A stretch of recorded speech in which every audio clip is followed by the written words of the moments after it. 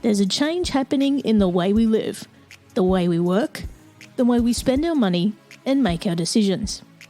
We are evolving to be more conscious in our actions in a way that serves the world and makes it a better place. Welcome to the Ethical Evolution. The Ethical Evolution podcast is brought to you by Ethical Change Agency. I'm Bindi, I'm the founder, and my mission is to help ethical entrepreneurs and holistic healers to find their voice through spiritual coaching and podcasting. I'm honoured to bring you the stories of those who create change through healing, kindness, innovation, purpose, and spirit. Understanding that to create collective change, we need to be the change. It all begins with us. Jamal Jivanjee is a best-selling author, podcaster, and full-time life coach. As an author with over 20 years of experience working with people in various stages of personal struggle and challenges, after travelling to many cultures around the globe and now as a full-time coach, Jamal is passionate about serving individuals, couples, companies, and groups on the path toward enlightenment, wholeness, and liberation. Jamal shows us how we can live for a living and how not all coaches are created equal. Welcome, Jamal, to the Ethical Evolution. It's a pleasure to be here, Bindi. Thank you for having me on your show. Thank you for joining me. Now, you're coming to us all the way from California. For those who haven't heard of you, can you go ahead and tell us who you are and what you do? Absolutely. You know, I am a life coach by profession. As you mentioned, I live in Southern California. It's about an hour and a half east of Los Angeles. Originally from Ohio, born and raised in Columbus, Ohio. My dad, I come from, multi-ethnic background. My dad grew up in a little island off the east coast of Africa, actually, called Zanzibar. Oh. And my mother lived in Ohio, and they were pen pals and wrote to each other for 6 years. Kind of an epic story how they got together. But I grew up in Ohio with a very diverse cultural background, very diverse religious backgrounds. My dad was a devout Muslim, and my mom was a devout Catholic. She actually was going to be a nun before my dad proposed in the letter. So I grew up with those backgrounds. I've always been inquisitive, always asked a lot of questions, just observed life, observed them, observed their perspective on life, and was always asking the deeper questions. So that caused me some discontent as a child because I started to see through certain things. And but at the same time, it's been the greatest gift because it's led me to where I am right now, which is being in a very non-resistive relationship with life. And in a nutshell, that's the work that I do, is helping people get out of resistance to life, just so that we can stop suffering. So there's a whole thing in that, but that's kind of me in a nutshell. Yeah. And I can already tell there's a lot to unpack there, Jamal. It makes complete sense that you're now like a life coach because, being curious and asking all the questions and not just accepting the status quo. I mean, that really is the DNA of a life coach, really. What kind of things do you do when you're working with people now? Like, what kind of change are you creating with them? Yeah, that's a good question. I like to, even the word coach, right? So when you talk about life coaching, it can mean a lot of things, right? Mm-hmm. There's all kinds of, it's different than for example, like therapy. The therapeutic world, it's more regulated, at least here in the States, it's a very regulated industry. But coaching is kind of the Wild West of, could be lots of things, right? Yeah. It could be some kinds of therapy. It could be spiritual work. It could be motivation, just lots of things. But in my understanding of coaching, even the word coach comes from the time before there was modern transportation, when somebody was going to go on a journey, they would hire a coach, and a coach was just somebody that would drive the horse and buggy from one place to another, because it involves a sense of journey, movement, destination, kind of a thing. So I say this, life, no matter what kind of life it is, it could be a seed that you put in the ground, a tree, an apple seed you plant and it becomes an apple tree. It could be an insect, an animal, or a human being. Every piece of life has within it a trajectory, a sense of this is what it will be when it's fully manifested, when it's fully developed. And until we reach that, whatever that is for that piece of life, until we reach that crescendo, there's going to be a drive in us that wants to keep moving forward and expanding. And that's very satisfying, actually. So when we are moving in a direction that is in alignment with our quote unquote, our design, if we want to put it that way, it feels very, the life has challenges, but it feels, abundant and it feels expansive. But if some reason, along the way, because of a lot of reasons, right? Could be trauma, could be, just our history in some way, shape, or form. If something gets in the way, our programming, our constructs get in the way of our movement, we can feel it energetically. We feel stuck. We feel limited. And it's kind of like being on a journey and, you hit a roadblock. You can't get where you want to go. So coaching, the kind of coaching I do involves, let's get really clear about where you're going.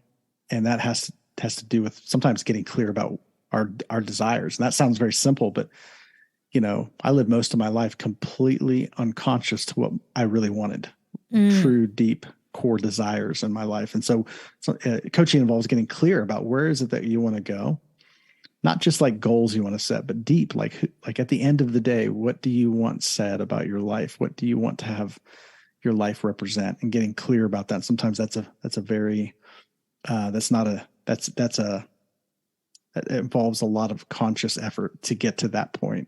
And then helping us take inspired action, getting clear about what that would be, and then taking inspired action to get us moving again on our journey. And that's really kind of the coaching I do. Yeah. And I've just come from another conversation with someone who's also a life coach. I'm also a spiritual coach. So what a mix we are. But, one of the things that keeps coming up is that, it's anything to everyone. It's one of those things, and it's got a bit of a bad rep in recent years, I think, because anybody can do it. Anybody can, have a go. But I think the difference is the way that they work. So, I was just having a conversation about therapists and finding a therapist that works for you. It's the same with any coach, mentor, anything in life, doctor, whatever it might be. Do your research. Make sure you find someone that works for you and is a good fit for you. It's like if you go to buy clothes, you wouldn't go and just accept the first thing off the rack, would you? You'd find something that fits and is comfortable and makes you look good, right? It's no different than finding a coach, regardless of what specialty they have. And I think that's something that people probably aren't aware that they can do. Is like, you don't just have to accept the first person that shows up. Mm-hmm. Absolutely. No, it's a great piece of advice. And sometimes when we feel like our options are limited, that's when we make decisions from that perception that there's not enough choices, not enough resources, whatever it may be. That's when we end up making decisions that typically take us out of alignment with ourselves. And so I always say, you will know it. You can trust your energy doesn't lie. It'll direct you. And if you can just approach any situation with, hey, there's plenty of time and resources. And that sounds crazy to some people. I say, if you just assume it, there's always enough time and resources, that resistance, that internal pressure will dissipate. And that's where we make the best decisions, is when there's no quote unquote, that pressure coming from a perception of lack. There was something you said there a minute ago, Jamal, that made me think, it's a perspective that I don't think many people take when they look at, what they really want to do in life and who they really are and finding themselves, like one of the things I do in my coaching, it's about finding your purpose and connecting with yourself. So, there's so many of us that go through life that we have no self-awareness, no consciousness. We can't even hear ourselves amongst all the noise and chatter, or even know what we really want out of life. And there's so many people who, one, don't get asked, what do you really want? And when they do, it's just this silence of crickets. It's like they have no idea because they've never had to think about it.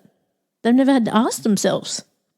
And then no doubt you probably get people who come to you and you have that same conversation where it's like, so what is it you really want? Like if there was, any blue sky thing you wanted in life, what do you really want?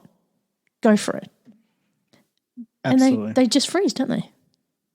Totally. Absolutely. And that's the thing, I tell people that we all have, what is currency? Currency, the root word of currency is current, which is energy, right? And we all have the same energy. And where you put it is focus, the direction of it. Whatever you put your focus on will thrive. It'll flourish. It's just it's the nature of existence, of creation. Whatever you can, the whole saying that's popular in the coaching world, where focus goes, energy flows. Problem is that unless we're very clear about where that focus is going to go, there's tendencies, right? There's programming. Some people call it the karmic imprints or whatever you want to call it. What happens is that programming or record from the past, that's basically an accumulation of memory and, your karmic patterns from your life and also from even before that, right? From generations previous, set us in a certain trajectory. We're not always conscious of this. So if you're not conscious about where your life is going to go, where your focus and energy is going to go, the programming will take it by default. It'll just go in a direction. And typically it's not a direction of our choosing and it's not what we want. And that's why that's why we feel stuck, because it's not in alignment with who you actually are. Because when you're in alignment, it feels amazing. It feels expansive. It feels empowering. But when we're not in alignment with that direction, we know it because we feel stuck. So people know really quickly when they're not thriving. You just know it. You feel it. You feel stuck. There's a lack of energy. There's a lack of sense of optimism, a lack of hope in that sense. But when I ask people a lot of times, like, what is it that you want? It's a challenging question, not because it's difficult to comprehend, but because in order to answer the question about what you truly want, that's satisfying, you actually have to have access to your core, to an essence of who you actually are. In order to have access, that requires stillness. It requires space. And it's just, and I don't want to sound like, every generation is like, oh, the younger generations, but I kind of am going to sound like that, because what I'm observing is that and I love technology, I'm a fan, I use it, but there are certain drawbacks. So I think we're still discovering how to best use this to our advantage. What's happening is I think we're losing, this is just my perspective here, we're losing the ability at a cognitive level to hold space for ourselves and other people. And this is affecting our relationships, it's affecting ourselves, because there's always something that's taking up that space. And in order to really listen and get clear about who you are, what you want in life, there needs to be a lot of just space. And that's silence. That's non-resistive energy, non-resistive space internally. And, our minds are busy, our energy's busy, lots of resistance going on. And when that's happening, it's hard to actually hear yourself, your heart, your essence. And so a lot of times in coaching, we have to start very simply by creating that space and helping people start to create space for them to get in touch with themselves. And yeah, I've had clients where, just trying to find, because one of the things, I'm a bit like Marie Kondo a little bit, in that I try to get them to spark joy, just in the smallest ways, and there's some people where you're just like, okay, just tell me like what really lights you up. What do you love doing? Like it can just be the smallest thing. Just think of it, whatever it is, just tell me whatever it is. And I had this one person, no matter what I threw at her, it was not, there was no joy anywhere. I'm like, come on, let's just think back to a time when you were really happy, you felt alive, you felt joy. Tell me what you were doing. And she had to really dig deep, to find that. And I'm like, okay. And we finally got there. And I'm like, okay, so if you were to do that now, what would it be like? And she was like, oh. So to trying to break people's patterns in their head sometimes can be really tricky. But just trying to make them see a different perspective. And I guess the point I was leading to before I went down this rabbit hole was that I think it's a really interesting perspective to say to people, begin with the end in mind. You know, like if you were to think about, if you were to leave this plane, what would you want your legacy to be? What would you want people to think of you? What would you want to leave behind? People don't think about that. They're so stuck in the now, and half the time they're not even in the now. They're stuck in the past. That they can't even think of, who am I and what do I want to do here and what do I want to leave behind? What impact do I want to make? Nobody thinks of that, do they? They don't, and I don't, and I think a lot of times because we're in such a reactive state, as you mentioned, we're reacting, and when we're reacting, I always say there's a difference between reacting and responding, big difference. But the reactive state has to do with usually a past reference point, right? Where life feels a certain way, so we're reacting to something that feels like a problem or an issue. So whenever we're doing that, we're not really able to even get out of, because you're kind of in a survival mindset at that point, which is the fight or flight mechanism, which keeps our focus just on trying to make it to the next day, trying to just make it through life. When you're just trying to make it, you're not really thinking about where you're trying to go, and and this has been said a lot, but it's so true. It's if you get on a plane, if you buy a plane ticket and you're going to take a trip, there's no ambiguity. That pilot who's flying that plane is very clear, and they're going to communicate to you really clearly. This is where the plane lands. This is where you're going. Because if you're not clear about that, you don't get there. And it's like that, whether it's a plane, whether you're on a ship, whether you're in a car, unless you're just aimlessly driving for the sake of that, just enjoying yourself on a joyride or something, that's different. But if you're going somewhere, you literally need to know where that's going to be. So that's exactly what you're saying. Begin with the end in mind, because that's a key component here. You don't get where you don't set out to go. And it sounds really simple, but we don't do that. We're not trained to think that way about our life. And I don't mean like get rigid about the plans, because so much of our life, I know we can't script. I totally understand that. But the bigger picture, when you start tapping into what is it that you want your life to feel like? What do you want to, how do you want to experience your life in the end? When you're looking back on your, like, let's say you're on your deathbed and you're recounting the life that you spent. What do you want that to feel like at that point? That's when you'll start to get clear. That takes space. Yeah. Do you want it full of regrets, or do you want it full of satisfaction and fulfillment? That's right. I think we all know what we want. Absolutely. And, for people to work out what that looks like and feels like in the interim can be tricky. How do you help people find that?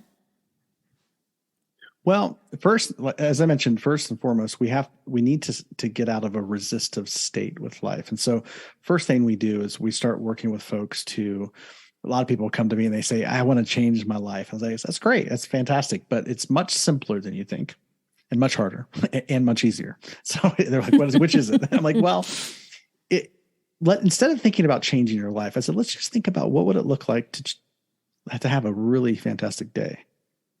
Let's work on changing our day, not our whole life. Because what is a life? At the end of the day, that's your life, right? If you get to the end of your life, what is it? String of days. So, I love this construct. I just love the fact that we're so ingrained with nature. The earth is spinning on its axis. The sun comes up, it goes down. We go to sleep, we wake up.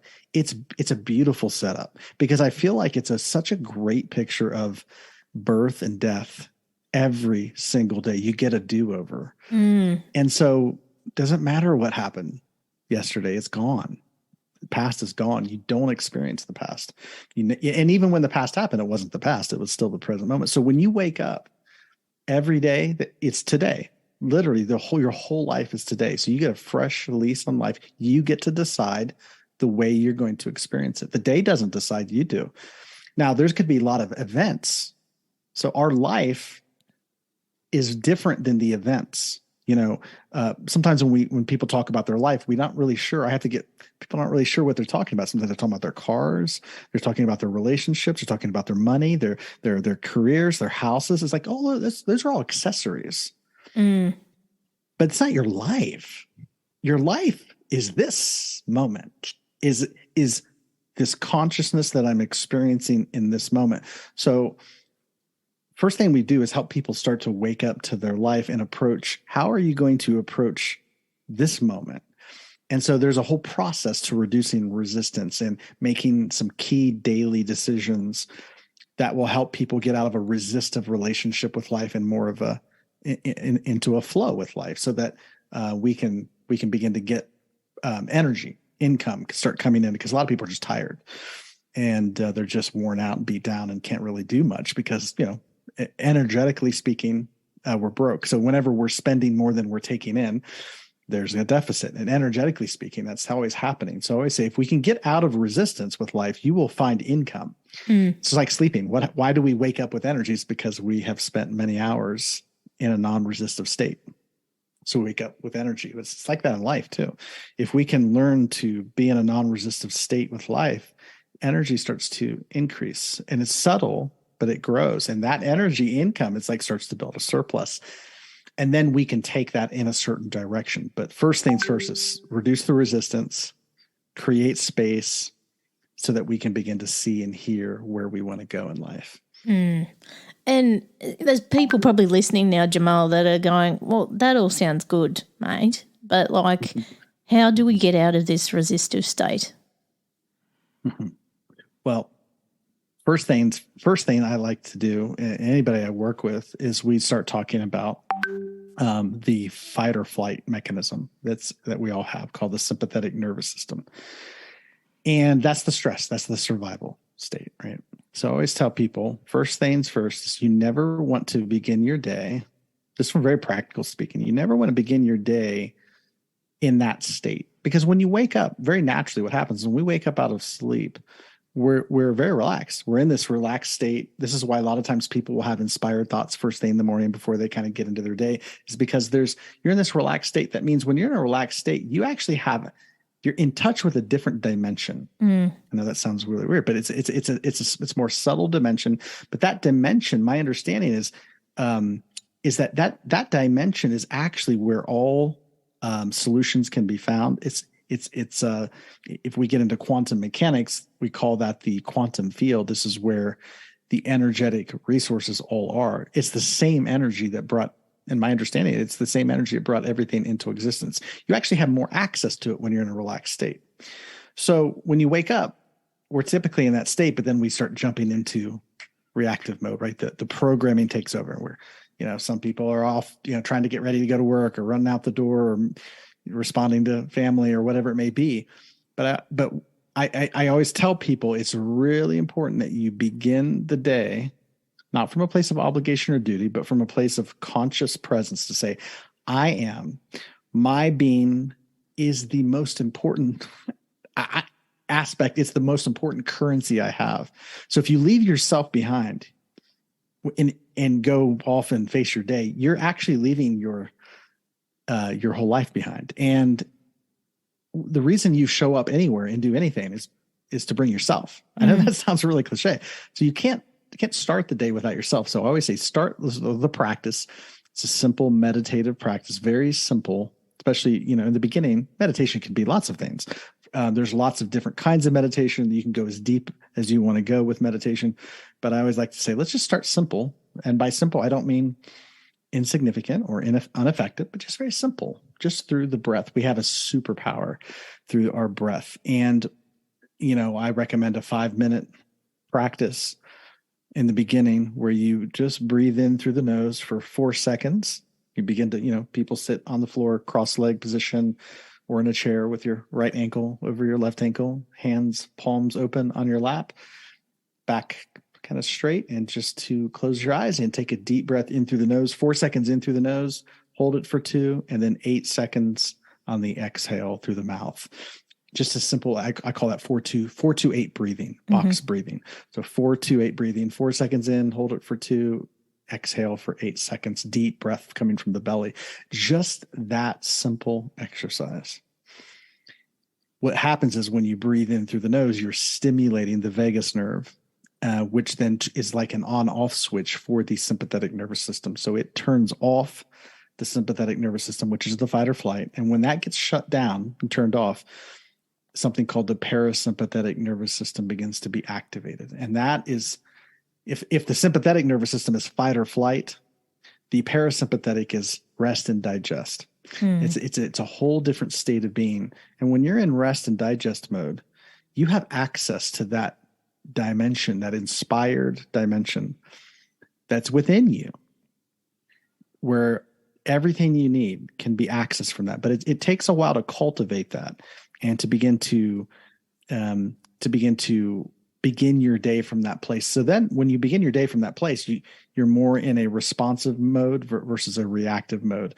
So we start with just a simple exercise of that first thing in the morning, and then we go from there. But that's an example of how to start changing your day. And that simple, activity can make such great change. And I know there's probably people listening who go, you bang on about meditation all the time, because I actually produce meditations as well.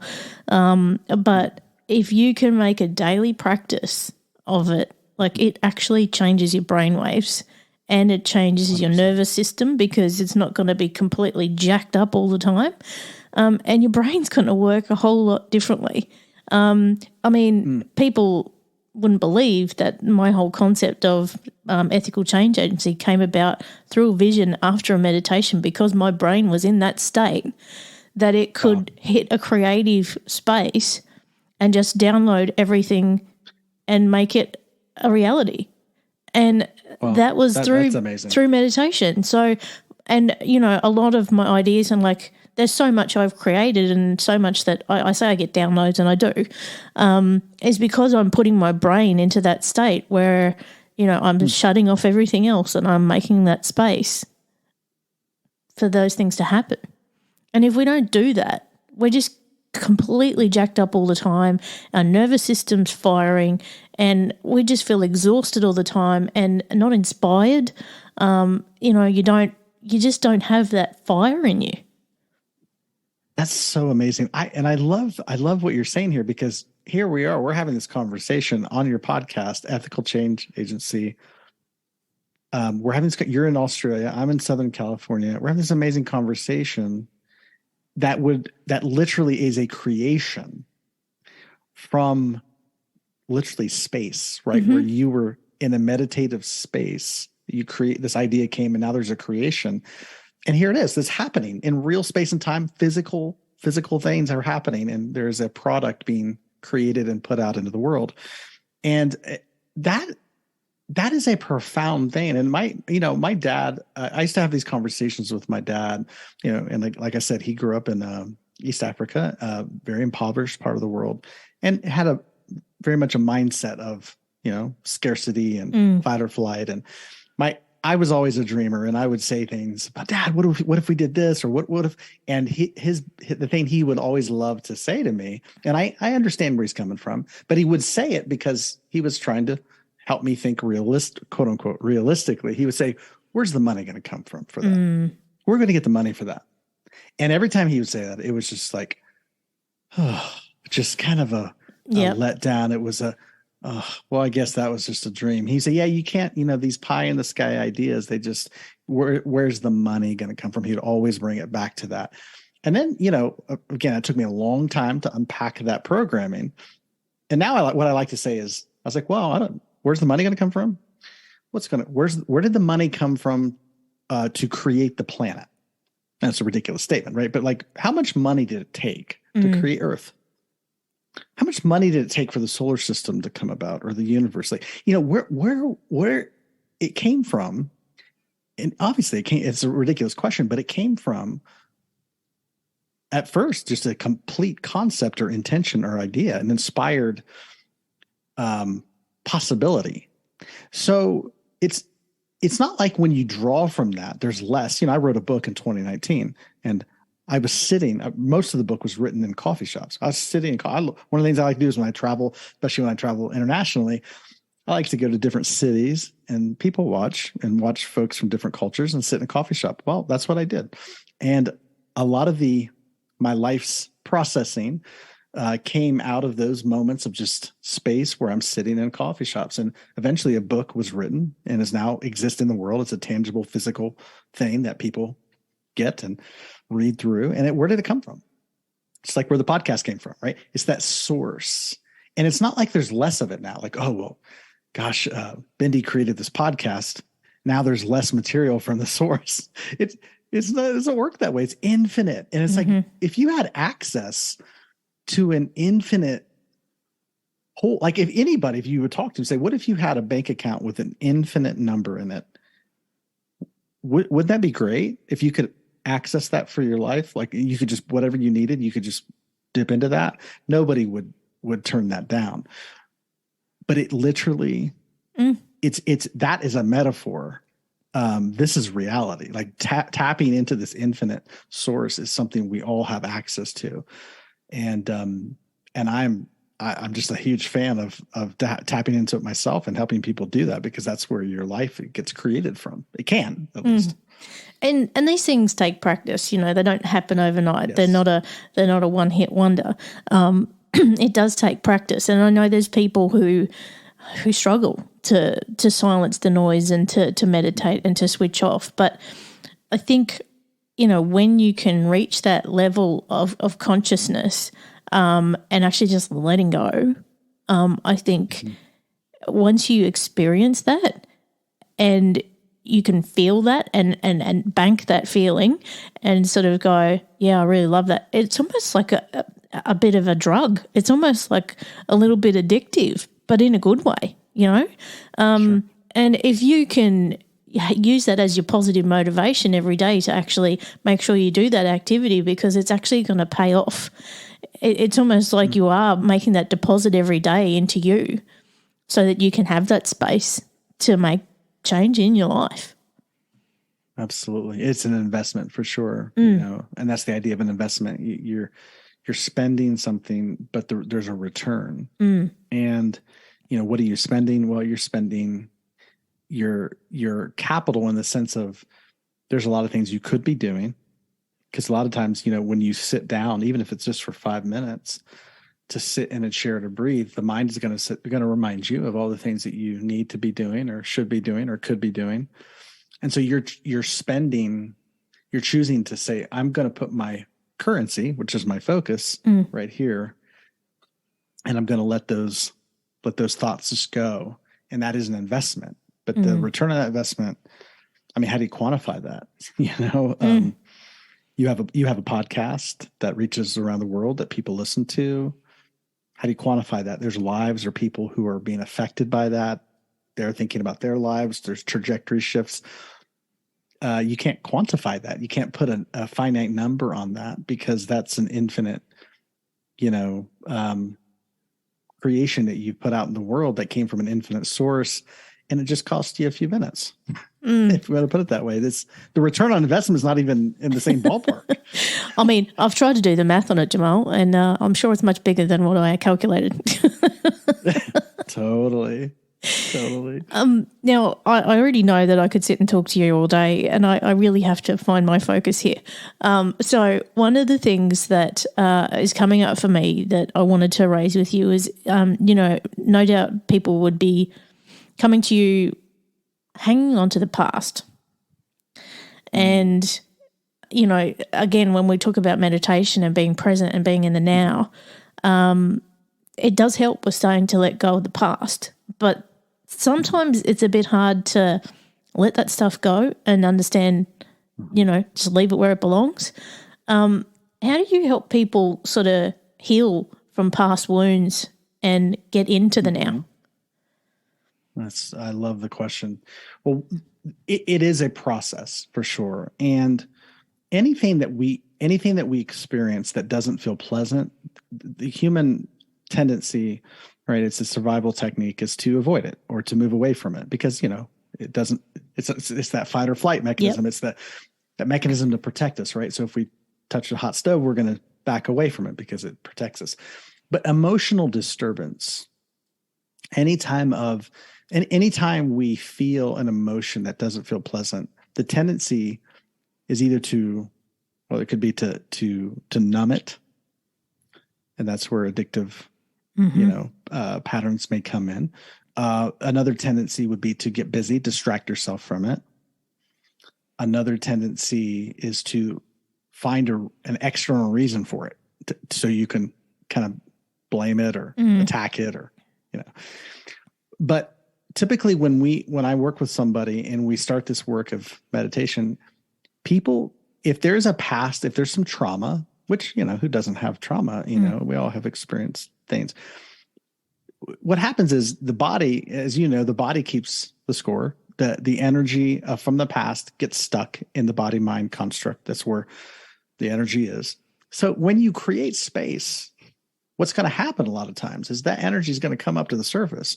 Now, I always say you don't have to get rid of that energy. It's trying to leave. It's trying to pass through you because, and the reason that it hasn't been able to is because we haven't created space for it. So it's crazy. And I've worked with a lot of people that maybe will struggle with anxiety. For example, let's say this chronic anxiety. And I can't tell you how many people have said, I'll say, what would you like to, let's get clear about what you want to achieve in the coaching process. And a lot of times they'll say, I just want to get rid of this damn anxiety. I just can't, I hate it. I'll say, okay. But first thing we have to do is we have to make it our friend. Actually, anxiety is not a problem. Like, we want to welcome it, which it can seem like a foreign concept. And like, well, why would I ever want to do that? It's the problem. Well, because it's a conversation. Everything you feel is a conversation. You welcome conversations. There's ways to have the conversation that doesn't create disempowerment. So you can have this conversation in a way that empowers you and liberates you and heals you. How do you do that? Well, there's a friend of mine taught me this, and I tell people that in my coaching work all the time: what you feel, you heal. What you don't feel, you don't heal. What you can't feel, you can't heal. But what you feel, you heal. So we're going to learn how to feel without resistance. And that's a process, right? And one of the things that prevents us from feeling, and anything you feel, is the past, right? So when you feel this discomfort or this sense of trauma or anxiety or whatever it may be, I like to ask the question, like, when is that? When is that, right? Because it's not now. It's okay now. If we just look at this moment the way it is, it's okay now. Whatever, it's fine. But it's coming from the past. Something may be triggering it in this moment, right? There could be something here that triggers this. But in order for something to be triggered, it has to be there already. Well, where did it come from? It came from the past, some situation, or that maybe that's needing to be processed. And emotion, I like to say this, is the emotion begins with the letter E, which stands for energy. So energy and motion, emotion, energy and motion. So this is energy inside that's trying to move. And I said, we want to let it move because it's trying to come out. It's a good thing. So one of the ways to do that is just to locate it physically in the body. I always ask people, when is it? And then where is it? So when I say when it is, like, have you ever felt this way before? Yes. When can you remember? And usually something will come. We'll say, okay, you remember feeling this way at a previous point. It's usually some memory associated with it. Okay, no problem. Let's just feel it. Where is it? It's in the chest, it's in the head, it's in the neck, it's in the stomach. Could be a lot of different places. Let's just feel it. Let's get clear about where the tightness is, where the sensation is. And we just feel it. And then I like to even put you just put your hand there and just feel it. It doesn't mean anything. It's just energy in motion. And if the mind wants to create a narrative, that's okay. That's just a narrative. It's a story. But what's happening right now, if we can just tune in to the sensation, it's got a sensation and it's just energy. And what we'll find is, we breathe through it, take some deep breaths through it to move it. The breath helps the energy move. And after a few minutes, we always find it gets a little lighter after you just feel it. This is why, like, sometimes, and we'll do this naturally, let's say you feel sadness, you have a good cry. And then there's an end to that. You feel a little lighter. Why do you feel lighter? Because you just moved that energy. So we just learn to do this as it comes up, throughout our days. And, life is always trying to free us. And so if you have a lot of pent up trauma from the past, you'll have a lot of triggers. That's a great thing. So we want to stop fighting the triggers, resisting the triggers. We have to learn how to welcome them into our experience, to learn how to feel them and take the time to feel them. It's not pleasant and it's very challenging, but I always say it's the hardest, easiest work you'll do, because what happens is by getting present with it, you get lighter over time. And that feels really good. Yeah. And there's again a lot there underneath that, but consciousness, for one, like a lot of people, I don't know, we just don't want to feel the feels. We want to numb it. We don't want to face it. We don't want to get real with ourselves. But we're just not aware. A lot of people just don't have self-awareness of what all this is. And it's like we've been programmed to mask all of these things that make us human. You got that energy that's sitting in your solar plexus. Yeah, that's because of this. Just breathe through it, work through it, and there's other therapies that you can do as well that can clear that right from your energy field. I can say wholeheartedly I've done that myself, and it is an incredible healing. If you can invest in that, it's the best thing you can do. But I think just getting in touch with ourselves and understanding, it's okay to feel. We're human. That's what humans do. We have emotions. We have feelings. They're all connected. And, things like anxiety. And that's anxiety. a profound thing you just said there. It's okay to feel. Like, I know that sounds so easy to say, but it's so profound. It's okay to feel what you're feeling. It doesn't matter. It could be unpleasant. It's okay to feel it. It's okay to be angry. It's okay to be hurt. It's okay to feel it. And just to the point that we're conditioned to a point that we shouldn't cry. We shouldn't get upset. We shouldn't get angry. Like, we're humans. We have a broad spectrum of emotions and feelings that half the time we mask or we hide, and then that gets pent up in energy, and that can do physical things to us if we don't deal with it. So, anxiety in itself, we're programmed to have that anxiety for survival. It's not a bad thing. It's not a bad thing. Nope. But if it becomes chronic, that's where it does become a bad thing. If we don't actually use it in an effective way, that's where it does become an issue. But I think, another thing is that we sometimes own these things. Like, they become our story, We're like, right. I am anxiety. I am anxious, I am angry. I am this. No, you're not. You're you. You're not all your emotions and all your feelings. They're just a thing you experience. Such a powerful point. That's a powerful point. Yeah, whatever you identify with, if it's not in alignment with the truth of who you are, it will cause suffering. So, you have anger, but you cannot be angry. You can have this, you can have the energy of anger, but who you are is free. You are expansive, you're love, you're these, when we identify the truth of who we are, it doesn't feel restrictive in any way, shape, or form. And that's how, I always say, people say, well, how can you tell, how do I know if what you're saying is correct? I'm like, you don't really need to even believe what I'm saying. You can feel, you can tune in. Energy, again, doesn't lie. Energy has a certain sensation that is there to show you where the alignment is. And when, if you just say, I'm an angry person, how does that feel? When you say that, let's tune in. Do you like that? No, we don't like it. What does it feel like to own that identity? Doesn't feel good. What's showing you that's not in alignment with the truth? You can say, I feel angry. That feels a little bit liberating. Feels a little bit, you can say when you're feeling angry, you go, I feel angry. It's a little lighter when you say that because you're allowing yourself to feel it without identification. Identification prevents you from feeling. And this is it. It's all conditioning and programming that just blurts out of our mouth, gets out there into the ecosystem, and we're like, yep, I'm owning that. But really, it's not ours to own. And if we just stop for a minute, take a breath, as you say, and actually assess what's going on for what it is, wow. It just changes the whole energy and what you experience and what your outcomes are going to be. I think that's probably the number one advice we could give to anyone today. Just take a breath. Take a step back, take a breath. Yes. So good. Absolutely. Now, Jamal, tell us about your book. Yes. In 2019, I released a book called Living for a Living.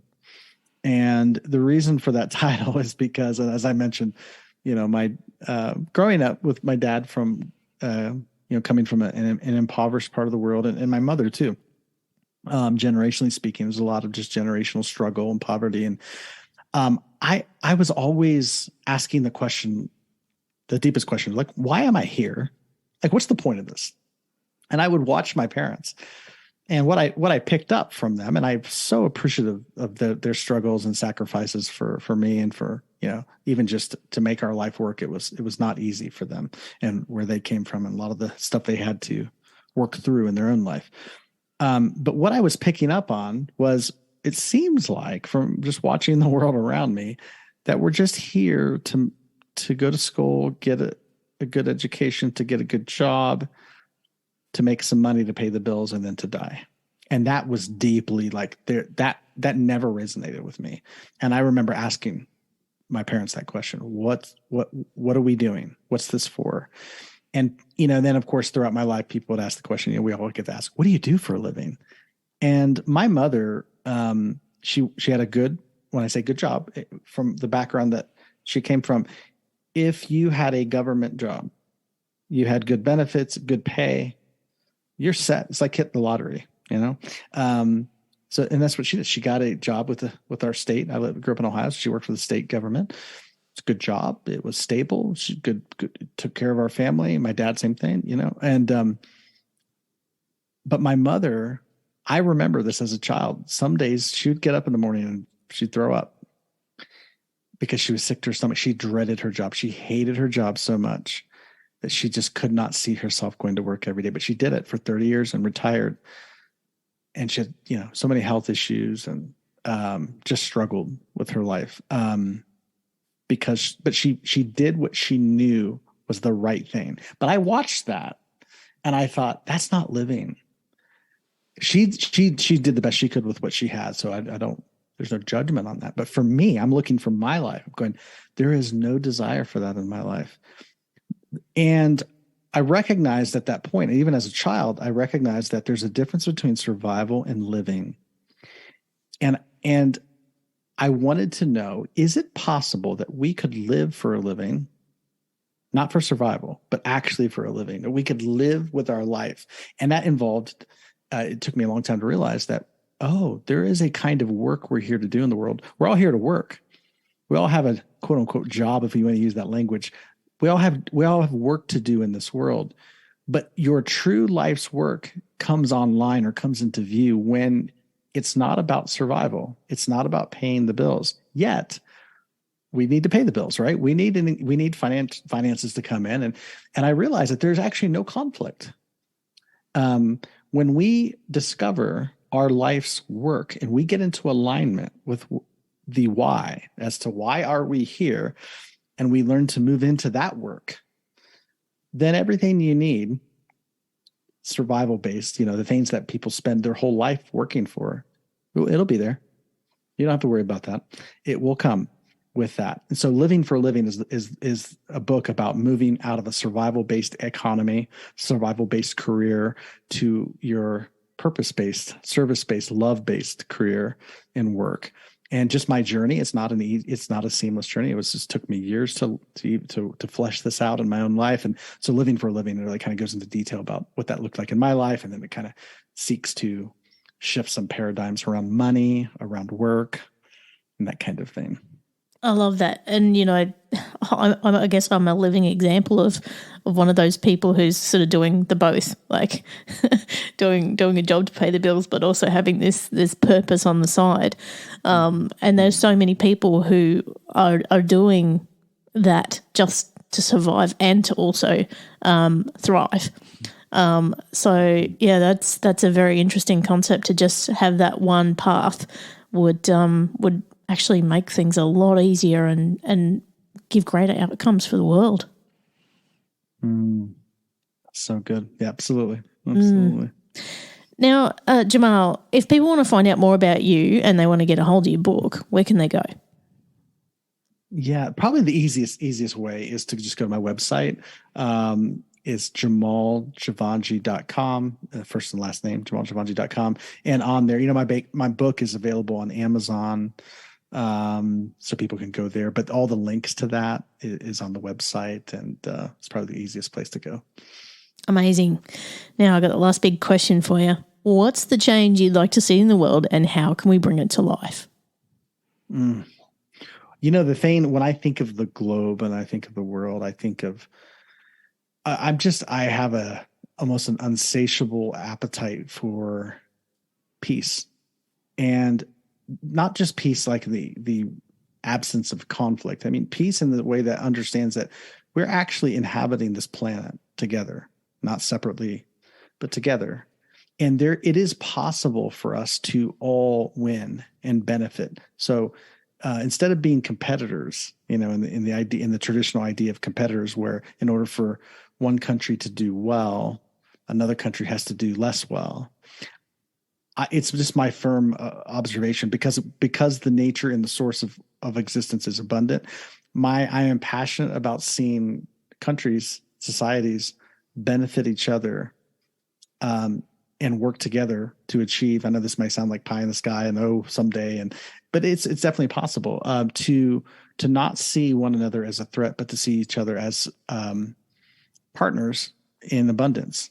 And what a world this would be if we could have a world like that. And I think it starts with us individually seeing ourselves from this place of abundance, and then starting to interact with one another from that place. And then obviously, as the all collective consciousness is individual consciousness that has went through an evolution. So I'm passionate about seeing conflict end on the planet. And I think it's entirely possible. It's our trajectory.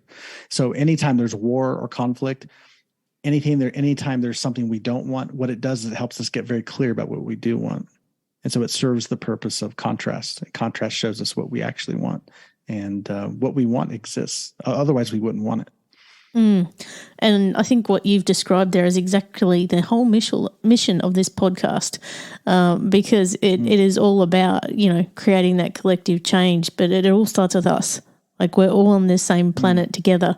And something I started saying when COVID hit back in the day was, what I do today impacts your tomorrow. So we're all on the same planet.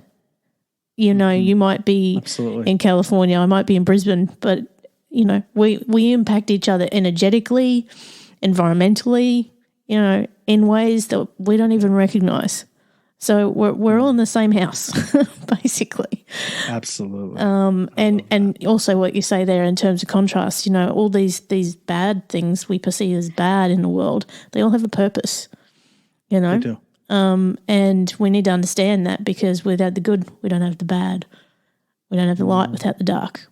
So, Jamal, like I said, I could talk to you all day, but we'd probably put people to sleep. So I'm going to wrap it here, and thank you so much for being a part of the Ethical Evolution. My pleasure, Bindi. Thank you so much. And thank you for just creating this podcast and the time and energy. I know as a content creator that doesn't just happen. That takes a lot of intentionality and work. And so I appreciate you creating this podcast and creating space for this conversation to happen. Thanks for listening to the Ethical Evolution podcast.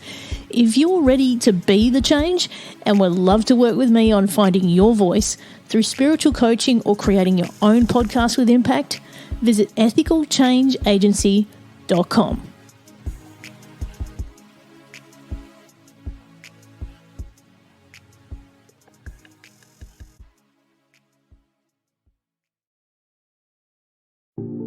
Hi, I'm Gina Ann, your tour guide to Adventures to Wisdom podcast. What if you could get answers to your deepest question, reawaken your sense of purpose, and enhance your zest for connections and play? This is what we do on Adventures to Wisdom podcast with real people, and we're inviting you to come with us. We bring you unscripted, raw, inspirational stories, ideas, and intuitive insights. Electricast. Hi, I'm Mark. And I'm Peter. We're the founders of Electrocast Media, bringing you great podcasts like Nightmare Road Stories, Tech Talk Revolution, and Bodacious Minds. Electrocast networks include Ruby for female empowerment, the Best Business Network, and GPN for geopolitics. We built this company to create community and amplify diverse voices, and we really appreciate your support. So, keep listening to Electrocast podcasts and hear the culture. Electrocast. Electrocast.